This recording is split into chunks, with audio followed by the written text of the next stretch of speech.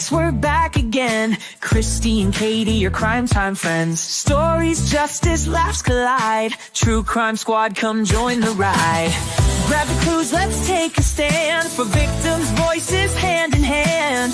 True Crime Squad, it's time to shine. Season 6, your turn, your time. True Crime Squad, where justice meets hilarity. Hey everybody, and welcome to the True Crime Squad. I'm Robert Tejas / here with my sister, co-host, and partner in crime, Katie Weaver. Hey, Katie. Hey, Robert Tejas. How's it going? Oh, I was framed and you know it. Everyone was in on it. You're going to hear about how even the Pope, before he was even the Pope, was in on this. That's correct. Yes. Why the swim cap? Well, this is my bald cap for old Bobby Tejas. We're gonna be talking about him here in a minute. But welcome to the show. How are you? I've got no complaints. Yeah. Excited for the watch party tonight?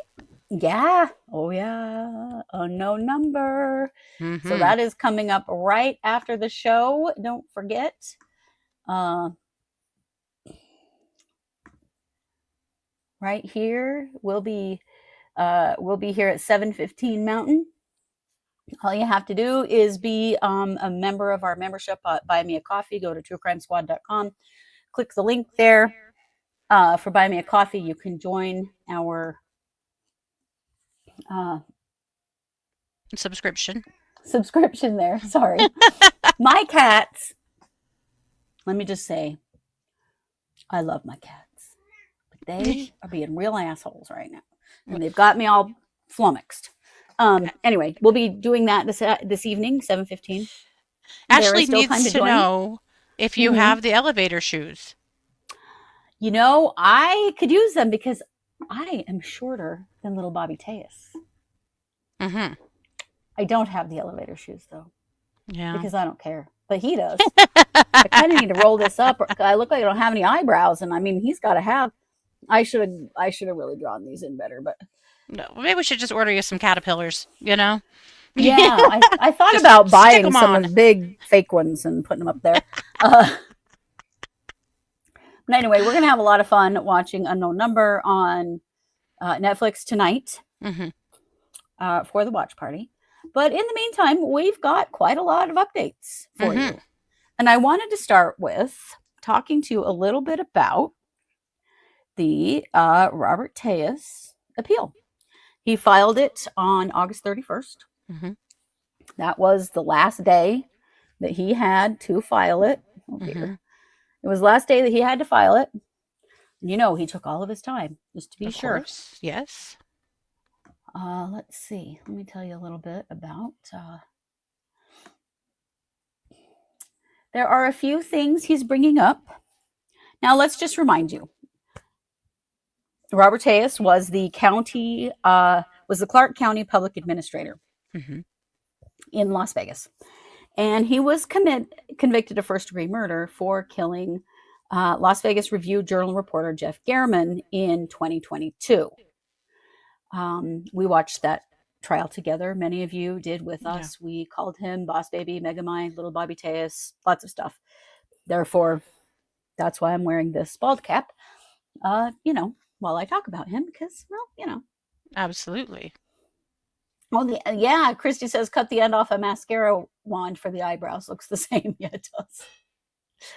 Okay, so he was sentenced to life with the possibility of parole after 28 years.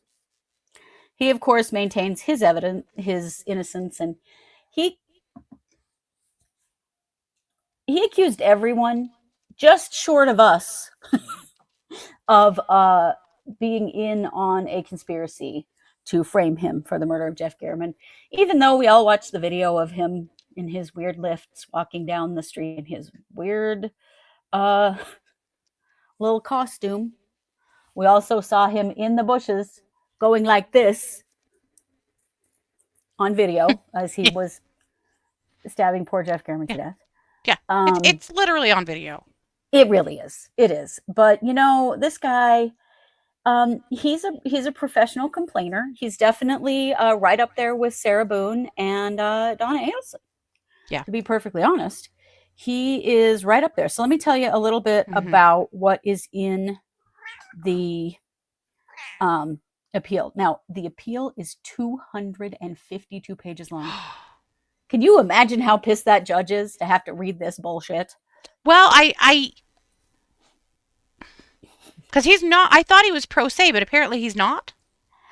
I'm not 100% sure. What I read today is that he has a public defender. But a public defender did this, or he really helped a lot? That's what I'm guessing. I think he probably wrote it, because I don't think that a public defender is going to write a 252-page appeal. Just to be honest with you. Not. So here are the main points. 1, expert witness exclusion.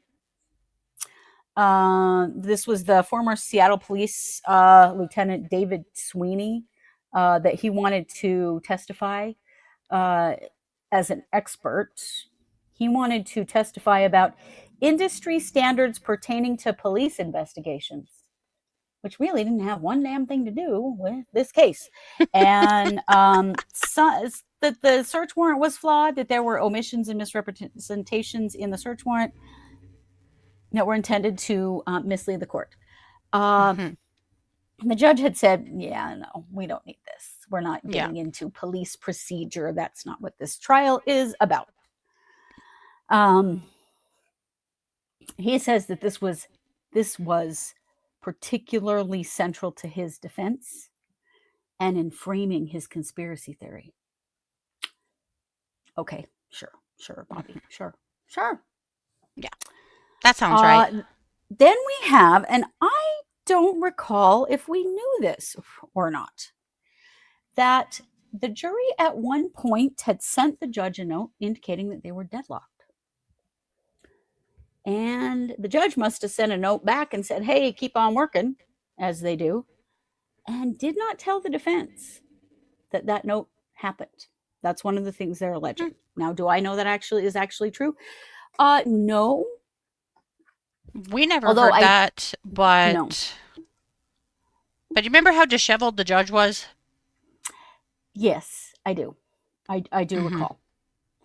Apparently, the defense requested some clarity on this or asked for a mistrial because of the note.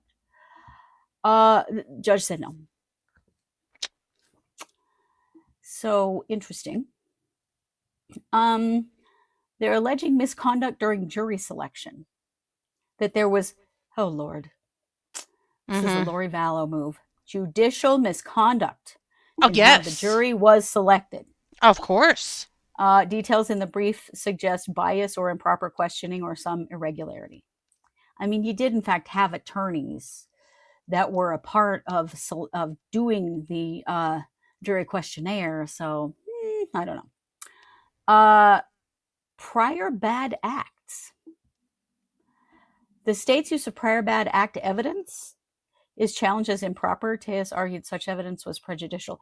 What prior bad acts, little Bobby? The affair in his office? Like your behavior leading up to maybe the affair, but I mean that really was relevant to the situation. It was all a part of what was going on there in your office.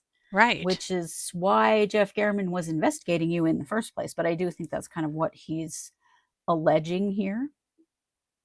Well, and it's been a while since I watched this trial, but I don't remember them fighting that.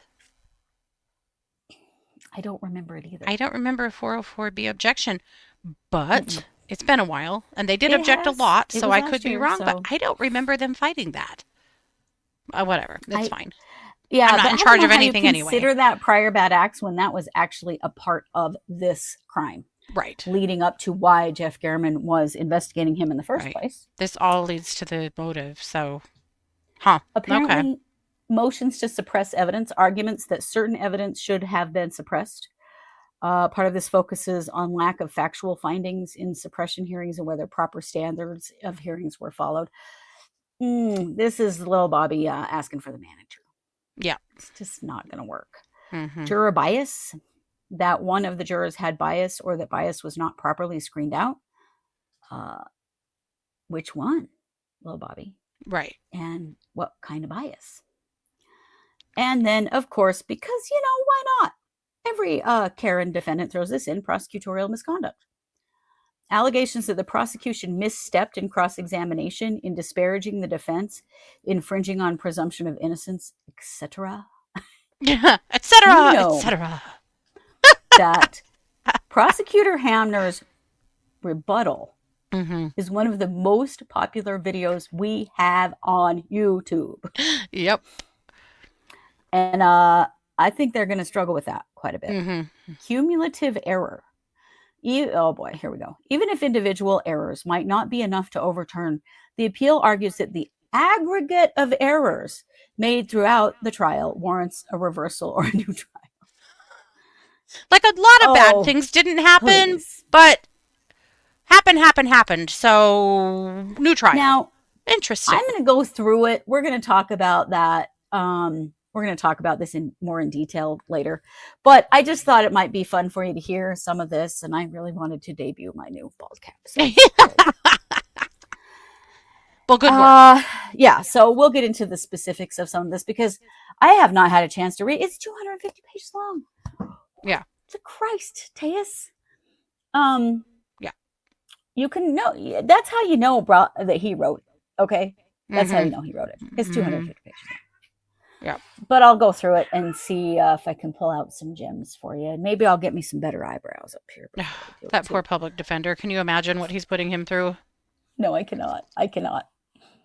But with that, Katie, speaking of one of our least favorite court Karens, it appears that Donna Adelson has been filing some stuff. Yes. Remember this lady? Yeah. Oh, Lord. How could I forget? She has filed for a motion for a new trial and for leave to interview the jurors. What? So the grounds... that is a rare... That's a rare grant. Well, the grounds are on juror misconduct, verdict against the weight of evidence, legal errors, and an unfair trial. That seems a little broad, Donna. You know it is. They want interviews. They want to interview juror number 5, who appeared on Surviving the Survivor, who had said something... entirely her right. Mm-hmm. Well, yeah. This was the juror who talked about that they were noticing her body language, her behavior. Whose fault is that, Donna? How many times did Judge Everett tell you to knock that shit off? Mm-hmm. Like, I'm sorry, man, but that's your own damn fault. Mm-hmm. Yeah. And also, I think what they're trying to say is that he was saying that they also noticed the body language of people in the gallery and that equals an unfair trial. And it is something that Judge Everett told people to, get control of themselves on. However, he also said that it didn't bear weight on his decision for a guilty verdict, but that they did notice the behavior of people in the courtroom. Right. Well, of course they did. They're human beings with eyes, for God's sake. What did Cardi B say? I've got eyes. And I mean, and Donna could not keep her face straight for anything. No. Didn't even try, really. No. And then juror number 7, the 4-person who we showed some of her TikToks on here for alleged TikTok activity during the trial. So... alleged TikTok activity during the trial? Yeah. So she said on TikTok in one of her videos that she did get on TikTok during the trial, that they were only told they couldn't get on social media to research the case and weren't told they couldn't be on social media at all. And that she, according to Judge Everett's rules, wasn't breaking any rules. So, so but they're too bad, so sad. Super mad about that. They also say, they're alleging gallery prejudice judicial favoritism and wrongful and this is the big one, and I've been up at night over this one because I can't believe this happened. The wrongful exclusion of the full 2014 and 2023 planners. Oh, there it is right there. Mm-hmm. Case closed. Donna is innocent. Those goodness. stupid planners. Oh my God. Who cares? The planners, cares. guys. The planner from 2014 and 2023. If you can't see the whole planner, and you just know the jury was going to read through those entire planners, right?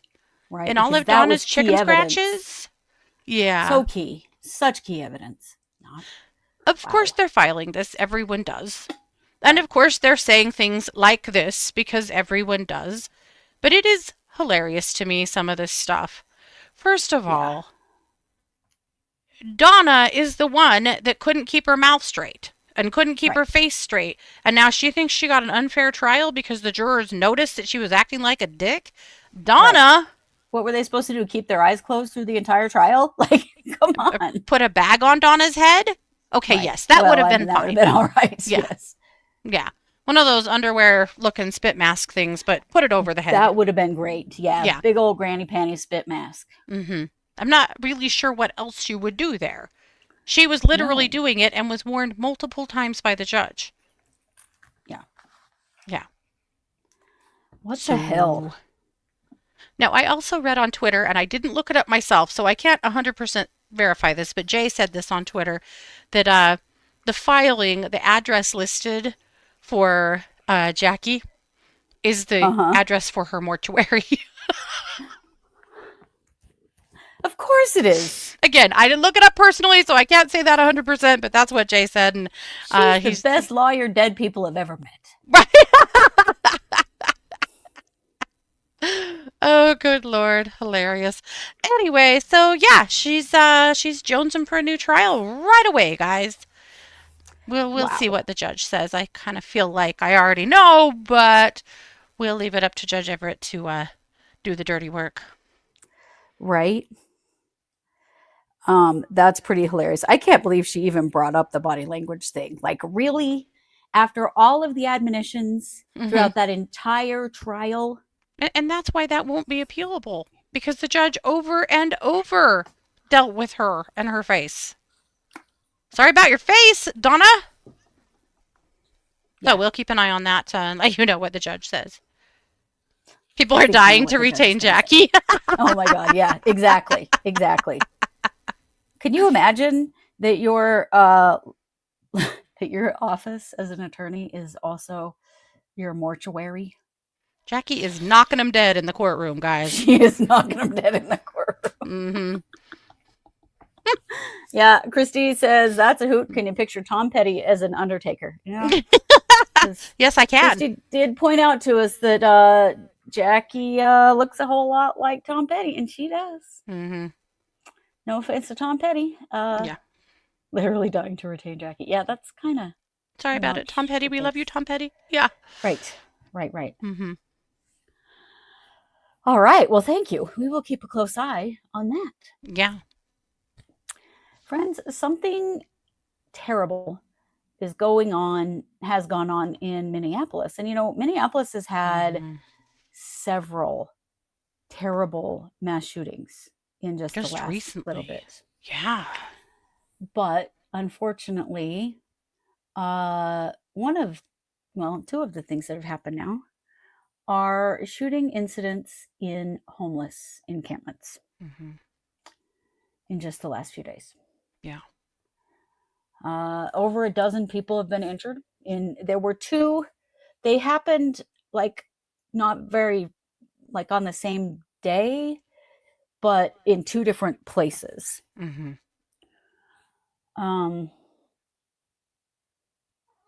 The first shooting was at a transit station where there's a homeless encampment, and 5 people were wounded. As far as I can tell, none of the folks that were injured have died, but these are homeless people, guys. Yeah. They don't have medical insurance. They don't have family members that know where May they are. not. Like, Yeah. they don't have any help at all. And many No. of them are in the hospital with injuries. And because some hateful human being shot up these 2 homeless encampments. The second shooting wounded 8 people. It was 2 miles away from the original one. And apparently this one was some kind of controversy in Minneapolis, where people were, where a private landlord, Humudi Sabri, had allowed this encampment on his property, because he does not believe that the city is doing anything about homelessness. And so he's been allowing the homeless to live on his property, and the city's not happy about that. It's terribly sad. Right. We Well, don't know. in both cases, didn't they say they think it was someone targeting the homeless? Yes. It wasn't yes. homeless on homeless crime. No. This was This different. was shooting into a homeless encampment. One of them, someone fired back, like someone Yes. had a gun within the homeless encampment and fired back. But no, this was shooting into a homeless encampment to shoot homeless people. How depraved and disgusting can you be? Yeah. We've talked about attacks on homeless before. We've seen spates of murders of homeless people in the past. And just Murdering cruelty someone while towards they're homeless. asleep.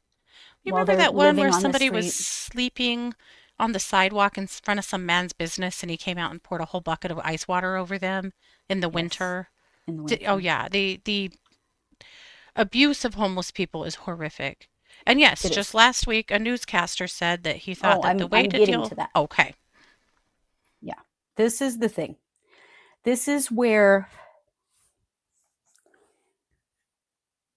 we are living in a place in the United States right now where there are people with guns who are ready to act. Yeah. And who do act on a regular basis. So on September 10th, Brian Kilmeade on Fox and Friends, when he was referring to a homeless, mentally ill suspect of a crime, and he said, just kill him. He also mentioned involuntary, listen to this, involuntary lethal injection. Involuntary lethal injection. That's murder.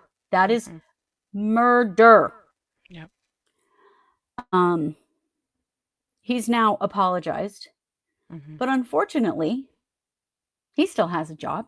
Yeah. After saying that, and unfortunately, someone did in fact shoot up 2 homeless encampments in Minneapolis. And we can't say it was because of what Kilmeade said. Those things. Right. We But we don't can't know. say it wasn't. Right. But how why did anyone do that? Why would you ever say that? Yeah. Why would anyone ever say that? No. And involuntary lethal injection of homeless people is murder. Right. That's murder. Right. He's not sorry. I agree. He's not sorry. He's trying to save face, but he still has his job, friends. Yeah. He still has his job. It just makes me sick when you think about homeless individuals who are now injured in the hospital, racking up medical bills that they absolutely cannot pay. Where do they go to convalesce? When if they're released from the hospital and have time in which they need to recover from their injuries, if they've had to have surgeries, if they have broken bones. In this city that has been accused of not taking care of its homeless population at all, where are these folks going to go? Yeah. Who gives a shit about them? I'll tell you who doesn't, Brian Kilmeade. No. That makes me absolutely sick. So far, none of them have died, but there have been 12 injured. And being injured, and some of them were serious injuries. Some of them were like graze injuries. And some of those folks that had graze injuries opted to not go to the hospital because they don't have any money or insurance. Right. And because they're scared. The risk of infection. Yeah. And just the fear now that where they've been living is not safe. Yeah. Really sad and scary. Yeah. I take so much exception to violence on homeless people. There's It just is, and why? shooting people is just wrong, period. I don't care who Right. it is. I don't care where they are. I don't care what Yeah. they're doing. Shooting people is wrong. Yeah. It has to stop. Yeah. And suggesting it is disgusting. Yeah. And it's a crime. Shooting homeless people is a crime. It's just like shooting anyone else. But these folks don't have the resources that other people No. have. No. They don't have the help. They don't have the people to care for them. Well, they also will be released from the hospital with wounds that need to be cared for, with no means to do so. Right. Hopefully they find a way to keep them in the hospital as long as humanly possible to help them I heal. certainly hope so. And what if they're in need of pain medication? Right. Being shot is extremely painful. Recovering from a gunshot is very painful. What if they'd have surgery? How are they going to get their medication? Right. The long term of it is so bleak. It just breaks I would my imagine the Crime Victims Fund is involved in helping them somewhat, but still, that's typical. That can be just a reimbursement. Not always, though. I would imagine the Crime Victims Fund is helping, but still, right. How do they get everything they need to take care of themselves? Not only that, if you were shot and hauled away to the hospital, where's your stuff now? Right. Is it even still there? The clothing that you had on when you were injured, that you bled all over and maybe has actual holes in it, do you have anything else? There's so many things to consider here. Right, Kristi, and you're right. And also the trauma of it needs to be managed. The post-traumatic stress of being shot. Yeah. Yeah. Well, if they're recovering addicts with pain meds, then they give them non-narcotic pain meds. I mean, there's ways to manage that. But it's true. I mean, they shouldn't have had to go through this in the first place. No, not at all. Right. What if they had a dog or a cat that lived with them? Right. And they were hauled away to the hospital. Right. What happens to their pets? It's likely that they're gone. And it's likely that their belongings are gone.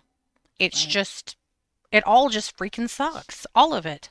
Right. It does. It's disgusting and terrifying. And it makes me sick to my stomach to think about it. Yeah. But I think that everyone has to really think about the things that they are saying. And the flippant way of saying, just kill him. How about involuntary lethal injection? And I'm not saying he's the only one who said terrible things. No. But it happened only a few days before these shootings happened. And so to me, it's relevant because it was out there in the world. Why would anyone say that? Why? No one should be saying these things. No one. Right. No one. Yeah. Because it's never okay to shoot another person. Whether you like them or not, I do not care. It is not okay to shoot another person. No. Period. How is this not, stuff we learned in kindergarten? I remember the golden rule. Don't you all remember the golden rule? No. These people, not these people younger than us, not below us, but people younger than us, like our kids and up to probably 30-ish something, what they learned in school was how to hide from shooters. Right. Shootings and school shootings have been more normalized every year by how many times they happen. And mass shootings, not just school shootings. Right. That's what our kids learned. They learned that this shit happens and it could happen to them at any time. Yeah. The lifelong trauma of that is something I think we still don't fully understand. Yep. No. Well, I could be on my soapbox forever, but this situation just makes me ill. The most vulnerable people. Yeah. And you just make their lives worse. Yep. Why? Well, Katie, I know that there's a little bit to be said about Brian Walsh. Why don't you tell us about that? Hi. Yeah, so this is Brian Walsh. And you guys probably remember Brian. We've talked about him quite a bit, and his trial is coming up. And so we're not sure yet if we're going to stream it or just cover it heavily, but it is coming up in the end of October. So this is the murder of Anna Walsh. Anna disappeared on January 1st, 2023. You guys are, I'm sure some of you remember this case, but she was a real estate executive. Remember, she was supposed to be going on a business trip, or she wasn't, or that got dicey. Her body was never found. And eventually, Brian was charged with first-degree murder. He's her husband. Misleading a police investigation, obstruction of justice, and improper conveyance of a human body. Of course, he pled not guilty to all of those charges a long time ago. There have been a lot of fights over discovery because prosecutors are saying that at the time that Anna disappeared, that Brian was using his son's iPad and searching things like, how long does it take for a body to start smelling? Or 10 ways to dispose of a dead body if you really need to. And is the hacksaw the best tool to dismember? God. They know that he went to Home Depot and made a large purchase, including cleaning supplies, tarps, drop cloths, tape, which were consistent of what they thought that he may have used to try to dispose of a dismembered body. We know that they found blood in the basement and a bloody damaged knife. We know that he had an insurance motive. Anna had a $2.7 million life insurance policy, and Brian was the sole beneficiary. Damn. We also know that Brian had some prior legal and financial problems and that their marriage was very shaky. So there have been a lot of fights about discovery. His attorneys just recently have fought really hard to suppress some of the Google searches, saying that when they went in with a warrant, that they violated the terms of the warrant by searching that iPad. And the judge said, no, that's not going to fly. No. So I don't care if it was a kid's iPad. It's the parent who owns the iPad. Like, come on. Yeah. Now, this happened in Massachusetts, so here's not a big surprise. The defense wants emails and text messages for who? Michael Proctor. Remember this douche? Yes. The former Massachusetts State Police trooper? Yeah, that was involved with the Karen Reed trial. Mm-hmm. Yep. Yeah. So prosecutors are saying most of what they're requesting is privileged, but they're claiming that they need to access all of these things. So we don't know what's going to happen with that. And again, we know that his trial is coming up. Oh, sorry, on October 20th, not 30th. Sorry. But before that, I have a feeling that Brian is an insufferable asshole. That's my guess. Well, you know, in the chat, they're all saying that he looks like Gargamel from the Smurfs. I think does. Perfect in appearance and personality is what I'm thinking. Yeah. Oh, for sure. Yeah. Oh, he's a little Bobby. He really is. He's really something. So apparently somebody had quite enough of him at the jail last week and stabbed him with some kind of homemade sort of sharp object, and he ended up in the hospital overnight. Now, it doesn't sound like they're injuries that are big enough to or bad enough to slow down his trial, though I'll bet his attorneys try. But here's what the sheriff's office said. On Thursday, September 11th, at approximately 9:55 p.m., an individual in custody at the Norfolk County Sheriff's Correctional Center in Dedham was treated for non-life-threatening injuries after being assaulted inside one of the facility's housing units. Officers acted immediately to intervene and to render first aid. None of the officers were injured. The individual who was assaulted was conscious and alert and taken to Beth Israel Deaconess Medical Center in Boston for treatment. He was returned to our facility overnight. The other individual involved was subdued by officers and a makeshift blunt instrument was recovered. The NCSO is currently investigating the circumstances of the incident, along with members of the State Police Detective Unit assigned to the Norfolk County District Attorney's Office. So it wasn't a super big deal. It doesn't sound like. He was treated and released. But you just gotta wonder, like, Brian, what'd you do? Like, for real, what'd you do? Yeah. What did you do? Because we all know you're a dickbag. Mm-hmm. Now, his attorneys have not filed yet for a stay because of the stabbing, but I just wonder if they will.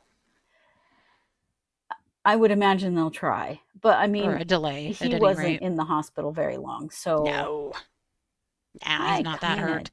Doubt it, yeah. Yeah, I'm sure he was a drama queen about it. Yeah. So... Right. You're probably not wrong, Amanda. She said, I don't think this trial will happen. I'm assuming you mean yet. They're still going back and forth over Proctor stuff, and his trial is next month. Right. This is They're getting close, and now he's been stabbed. Yeah. Well, and the Michael Proctor stuff is really scary because it could undo a lot of cases. Mm-hmm. That's really, really concerning. It is. All right. Well, that's what I've got on that. Okay. Well, thank you very much. Mm-hmm. I did want to say, because I don't know if we said this the other day when we did our update on missing children. Did we talk about that Jordan Bowers, Oakley Carlson's mother, is now out of prison? Yeah, she just got out. She just got out. That just came up in some of my research today, and I wasn't sure if we'd talked about it or not, but I just wanted to say that bitch is on the street. Do you think she's looking for Oakley? Do you think she's out there pounding the streets and beating the bushes looking for her daughter? No. She's not. No, she's not. She's like, Oakley who? She's never going to talk about her again. And also, she has been in prison at least 2 times that I can think of since Oakley disappeared for not disappearing Oakley. Yeah, for like identity theft and stuff. And still not charged. Yep. And they both did some time for not giving the other kid their medicine. Right. They did time because all the kids had meth in their systems. Oh, that's right. But the fact that one of their children has been missing since 2021 hasn't really come up. Yep. Disgusting. Yep. Speaking of disgusting, Katie, you said there's a little bit of update in Nick Rossi. Well, yeah. Remember this human blobfish right here? Yeah. This actual hobgoblin? That's a really good description of him. No offense to blobfishes or hobgoblins. Yes. No. Jury selection is ongoing for the second trial. It, I believe, started yesterday and was ongoing today. Good news. Good news. So that is en route. So not sure. The last thing I could find was actually this morning saying that jury selection would resume today. I wouldn't be surprised if a jury didn't seat today. But I'll tell you, the press coverage of this, until he got extradited, there was tons of press. Right. And now there's practically nothing. And he's so that sucks. Sex offender in Utah, guys. Mm-hmm. Who cares about that, right? We know they do. We've seen it over and over again. Mm-hmm. Yeah.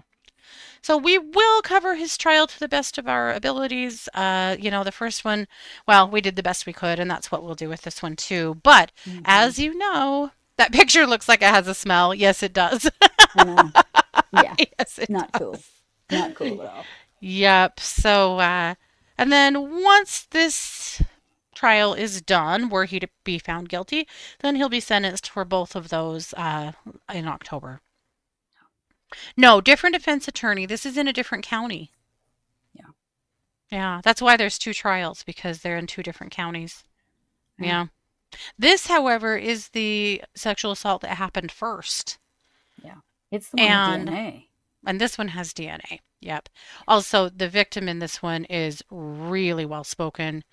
Not that the other one wasn't. No shade on her at all. But, she testified in the other trial and was a rock star. This one is such a slam dunk. He should have taken the plea that they offered him. He is very special, Mr. Arthur Knight, though. Mm-hmm. I guess if he just believes it long enough, it will be true. Apparently. It's not true, Nick. You're just trash, we all know it. Yep. Okay. A little bit of an update in baby Emanuel Haro. Of course, he is a missing 7-month-old child out of the Riverside, California area. What's going on right now is his parents have pled not guilty. They've been charged with his murder. Mm-hmm. They've pled not guilty, but they are actually doing settlement conferences. And it appears that there may be a change of plea coming for them. Wow, that's fast. Yeah. So, as we know, they pled not guilty initially. They're alleging that he was killed sometime between August 5th and August 14th of 2025. His remains have still not been found. The searches have gone on and on and on because I really hate to put it this way, but he was a tiny little body out on the desert where there are predators. Yep. And it's probably why they have not found him. But Yep. there are these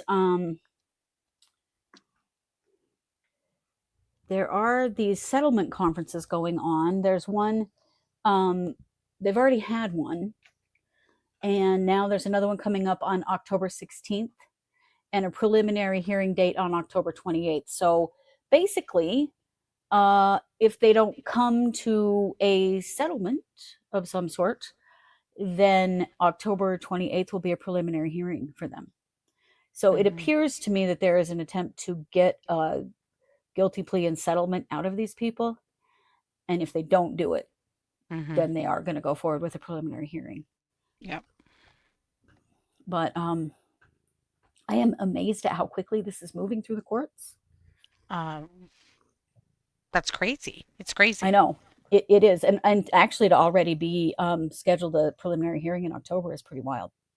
So That's what? They're fast. going to try and plea and get some kind of cupcake deal like Dad did last time so he could go forward and injure and now God, I kill hope not. another kid? Yeah, super cool. I sure hope not. I hope this is where the buck stops. My God.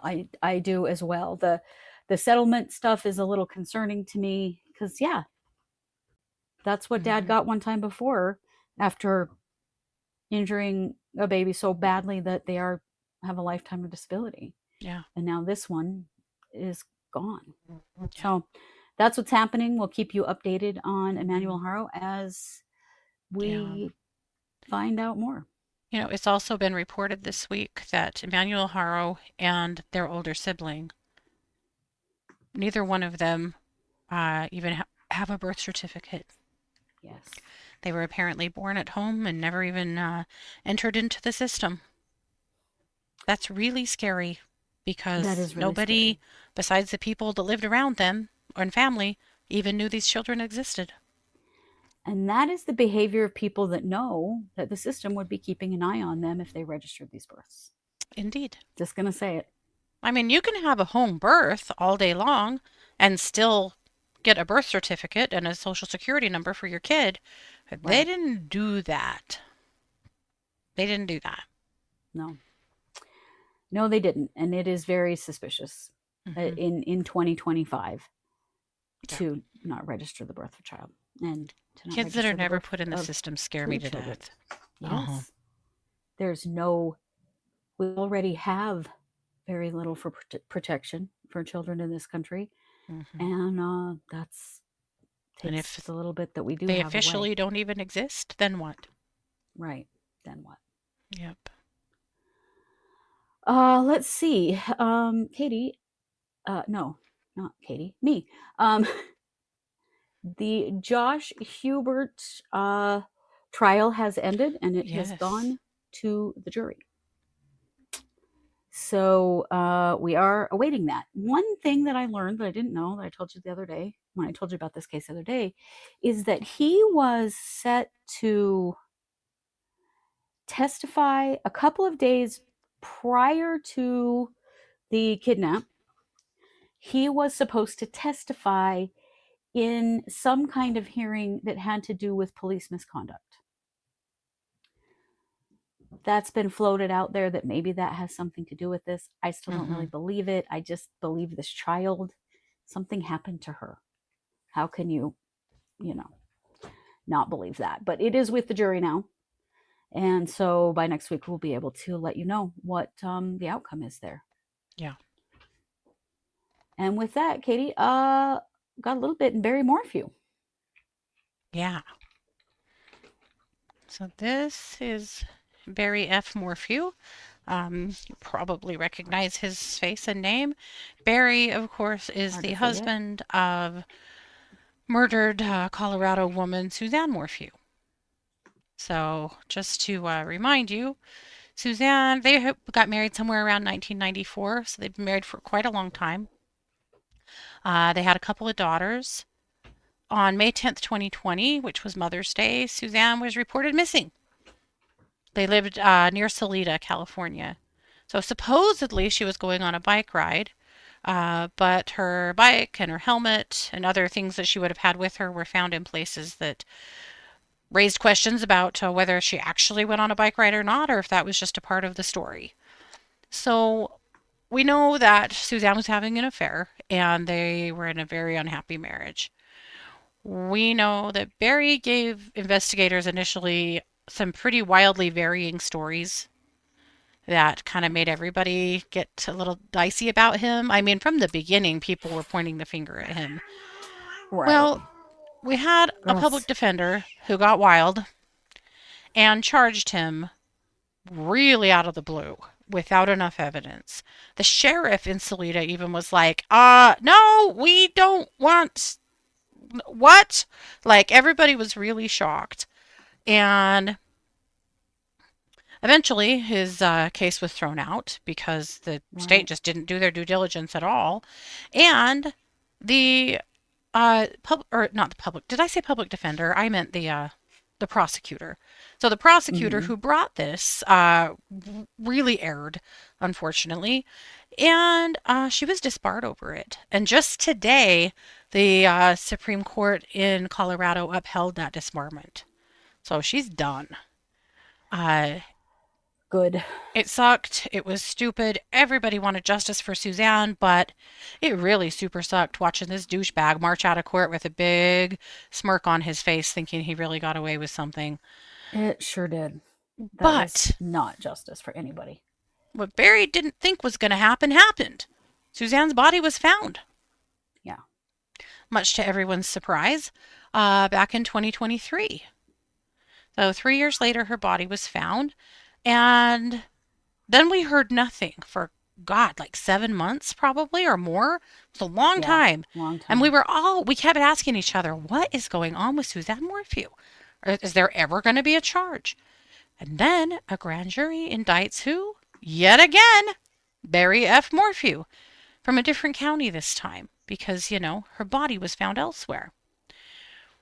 And the biggest evidence they have against him is that Suzanne had in her body, and now, of course, what they found of Suzanne was essentially bones, but their forensic investigation revealed that she had something called BAM in her system. So BAM is a sedative that's used for wildlife.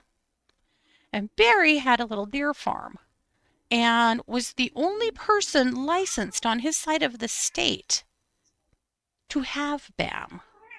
Right. And guess who had it in their system? Suzanne. So we suspect that that's probably what really got the attention of the grand jury. But lots of things have happened. Of course, they are fighting it desperately. His attorney, after he was arrested, which, by the way, he had moved to Arizona and was living in a trailer park under a pseudonym. Yeah. But wasn't it Bruce something? I can't remember. I think I have it in my notes. But he, at any rate, when they found him and brought him back, his attorney was like, there's nothing new. I can't believe they brought suit again. There is nothing new. Nothing new? Nothing new. There's a body. What are you talking about? It was the dumbest, dude, I mean, you can say my client maintains his innocence, but nothing new when they found Suzanne Morphew's body? Yeah. What the hell? Insane.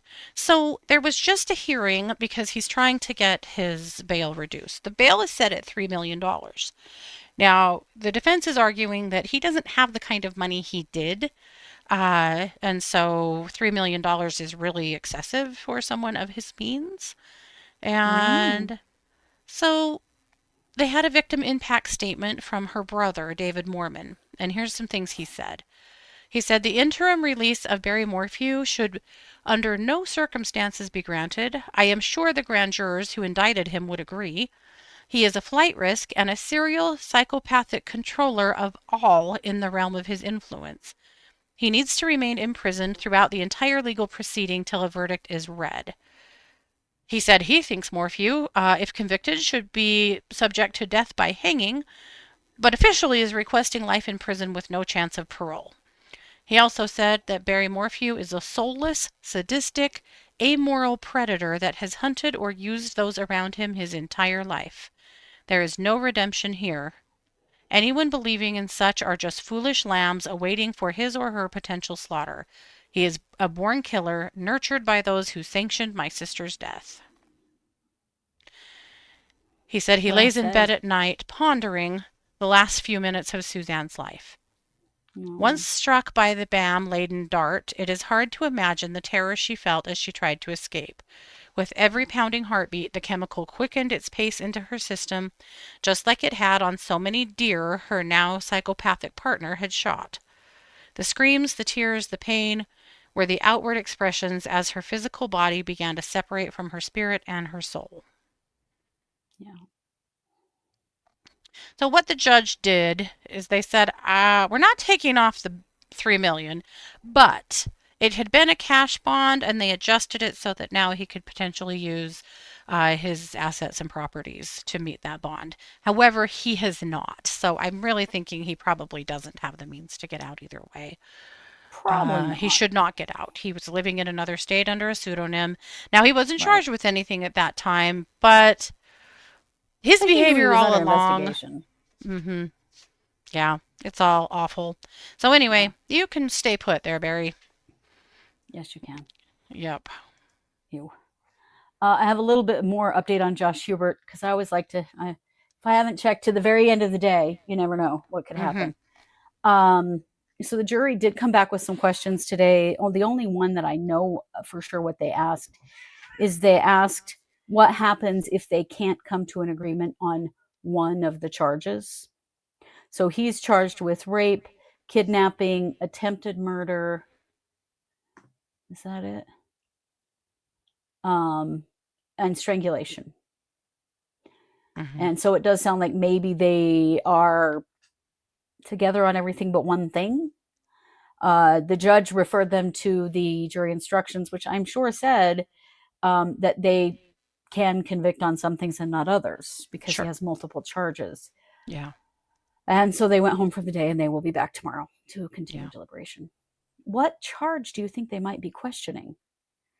Rape, attempted murder, kidnap, and strangulation. I wonder if they're questioning the rape. God, I hope not. And you know, the situation with the rape, as we know, is that this young girl, when she was 7, did not report the rape, and reported the rape several years later when she was older, and has said, I didn't really understand what that was or what was even happening to me. Yeah.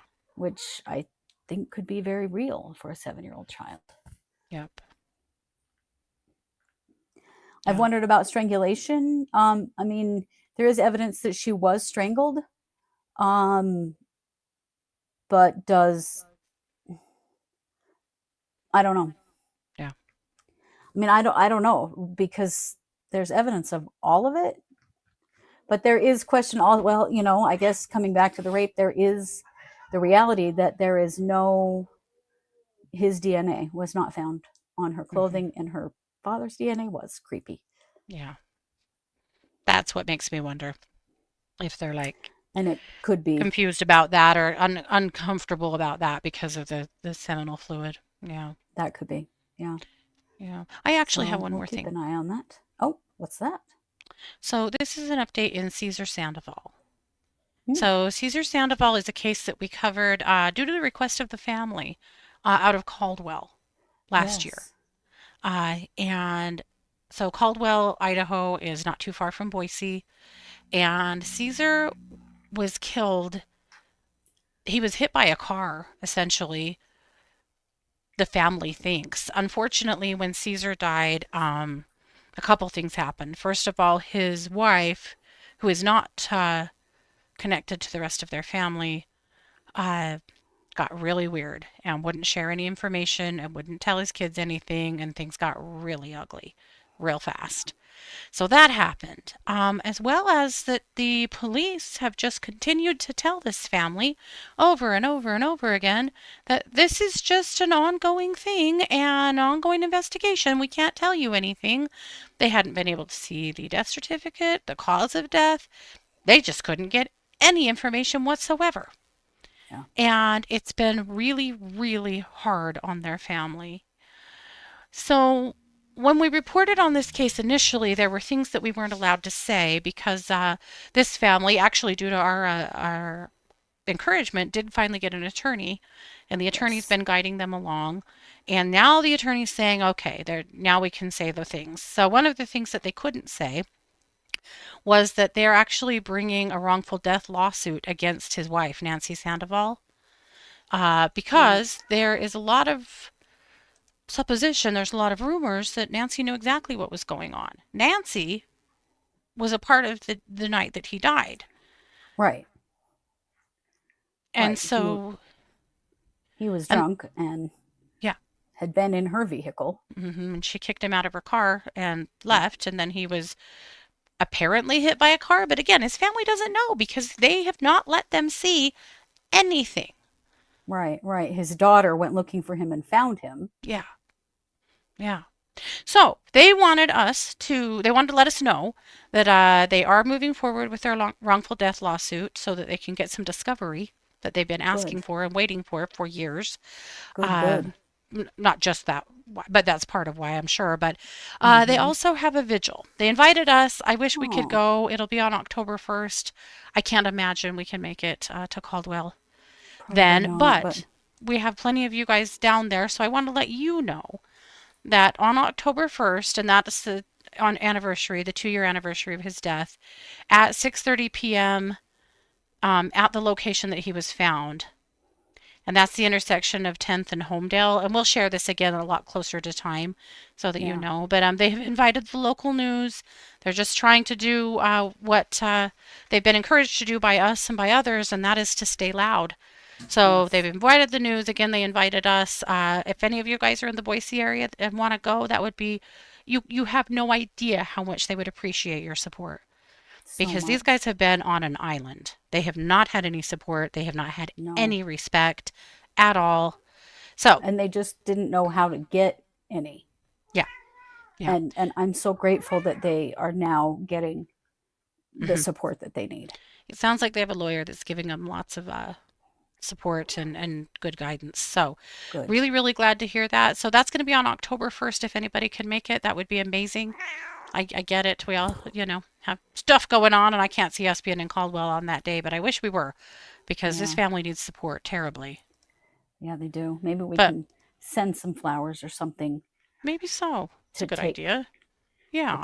Or some balloons or something. Yeah. And we'll remind you beforehand too, but think about that on Wednesday, October 1st.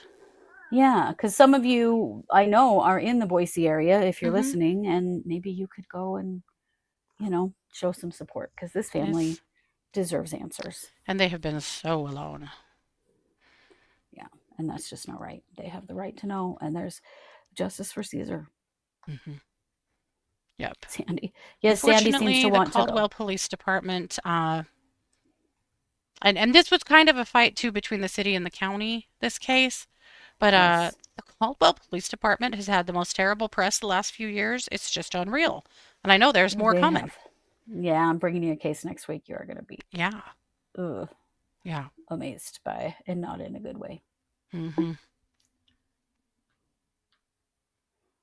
You're right, Sweet Leaf. Sandy is a snuggle demander. She'll just punch you right in the face. She will. She will wake me up in the middle of the night to pet her. Yeah. All right. Well, we have the watch party coming actually in 10 minutes, so we need to get off of here. We do.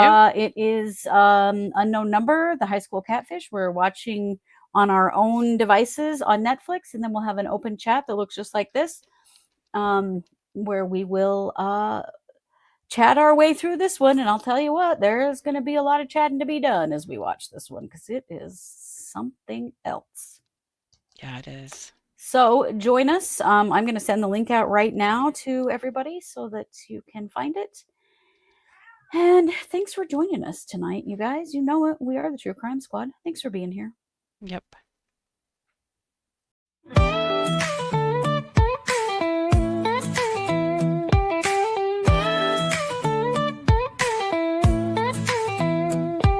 Season 6. 6, we're back again. Kristi and Katie, your crime time friends. Stories, justice, laughs collide. True Crime Squad, come join the ride. Grab the clues, let's take a stand. For victims' voices, hand in hand. True Crime Squad, it's time to shine. Season 6, your turn, your time.